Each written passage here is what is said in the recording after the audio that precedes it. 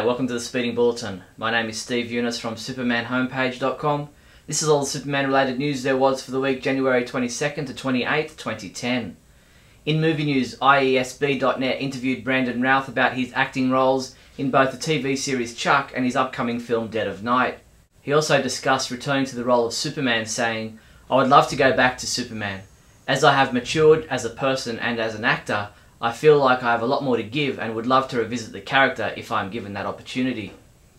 MTV's Splash page interviewed Matthew Bomer about his TV series White Collar and also asked him about almost being Superman in the never-made Brett Ratner-helmed Superman film. It was a really great experience and one that I'm really thankful for. And I got to live out a childhood fantasy, if only for that period of the screen test. So. Warner Bros. Has updated the official Justice League Crisis on Two Earths website at justiceleaguecrisis.com. Previously only containing the video trailer, the website now includes textual information about the animated movie, DVD and Blu-ray release information, a gallery of 42 images with downloads still to come. Meanwhile, Amazon.com has launched a DC Comics 75th anniversary store where you can watch video clips and pre-order the Justice League Crisis on Two Earths animated movie in numerous editions, including Amazon exclusive Blu-ray and 2-disc DVD versions that include a Justice League lithograph. The DC Comics store includes an exclusive video clip which shows a battle between the good Lex Luthor and Ultraman. Sci-Fi Media Zone posted an audio interview with producer Bruce Timm in which he discusses Justice League Crisis on Two Earths. He talks about the film, sharing on its connection to the Justice League Unlimited TV series. Listen to the audio interview at sci-fi-mediazone.com. While Warner Bros. Made available an interview with Andrea Romano, who discusses casting directing the voices behind Crisis on Two Earths. You can see the complete interview and newly released images at the Superman homepage now. General Zod's costume, as worn by Terrence Stamp in the Superman movies, is being sold at auction on eBay. This costume and pieces came from London after production had long before ended in 1981. You can read the complete description and perhaps bid on the auction at ebay.com.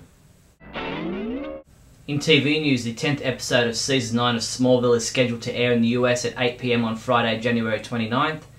Titled Disciple, this episode sees Oliver's past come back to haunt him in the form of the Dark Archer, Oliver's former teacher, who seeks revenge on his student by taking aim at Lois and Chloe. Look for our episode summary and reviews a few days after the episode airs. The CW released the full trailer for Absolute Justice, while Canada's Space Channel aired their own trailer for Absolute Justice, which heavily features Martian Manhunter. This week also saw a handful of tweets relevant to Smallville that were worth mentioning.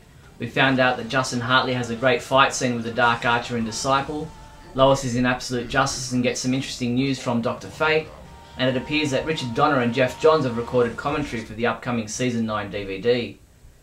Justin Hartley participated in a number of interviews this week. There's one at Newsarama.com, another at TVGuide.com, and another one at IGN.com where he said that filming Absolute Justice was great.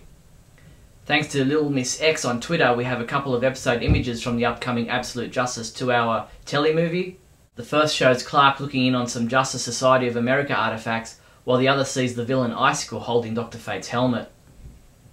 TVGuide.com discovered that the Silver Banshee is the latest DC Comics character to be introduced to the world of Smallville, with actress Odessa Ray cast in the role. Ray will first appear as the Silver Banshee in episode 16 titled Escape.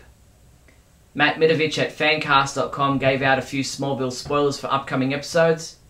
In regards to the episode titled Persuasion, he said Clark will be exposed to a kryptonite gemstone, which gives him the superpower of the episode's title. Last week's Superman homepage poll asked fans if Superman should guest star in Batman the Brave and the Bold, with 80% in favour of the Man of Steel making an appearance. It seems he just did. Well, sort of. Sharp-eyed fans caught the back of Superman as he and other superheroes stood in a circle listening to Batman talk. No word yet if Superman will appear in a future episode for real. Superman homepage reviewer James Lance continues reviewing episodes of the 1950s Adventures of Superman TV series.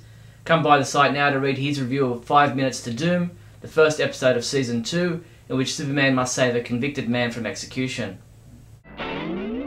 There was just one Superman comic to review this week, and it was Superman Batman number 68, which was reviewed by Neal Bailey, who gave it a 4 out of 5, saying, "Hopefully this means the title is back on track." Superman comics shipping this week from January 27th include Justice League Cry for Justice number 6, Justice League of America number 41, available in 2 connecting covers, Supergirl number 49, Superman 696, Superman Secret Origin number 4, available in an alternate cover, and World's Finest number 4, also available in an alternate cover. Sony Online Entertainment's game director Chris Kao and creative director Jen Zanderson have recorded the first episode in their ongoing Inside the Studio video reports on the upcoming DC Universe MMO video game. Check out the video with the team answering your questions about DCUO via Facebook. Episode 61 of Radio KAL, the monthly podcast of the Superman homepage, is now available to listen to. Neal and I discuss the Superman comics, Last Stand of New Krypton, Adventure Comics, The Return of Smallville for 2010, Martha and Perry returning to Smallville, Absolute Justice, Justice League Crisis on 2 Earths, and a whole lot more.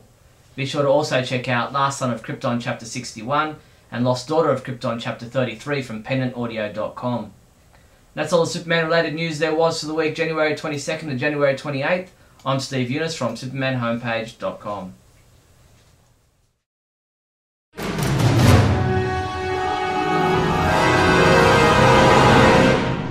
Bailey Planet again. Hello, last week I spoke about Lex Luthor being the Avarice Ring Deputy, and I heard a lot of complaints online about Superman not being the Blue Hope Ring deputy. So I don't really have a problem with that per se. Mostly because I think Superman's emotional spectrum runs across a broad circle of things. Like you've got will, you've got hope, you've got love. Love is a big part of Superman, even though people don't really necessarily acknowledge it as much. His love for Lois Lane is part of what keeps him sane.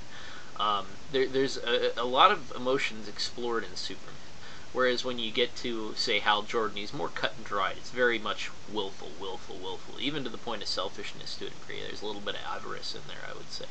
But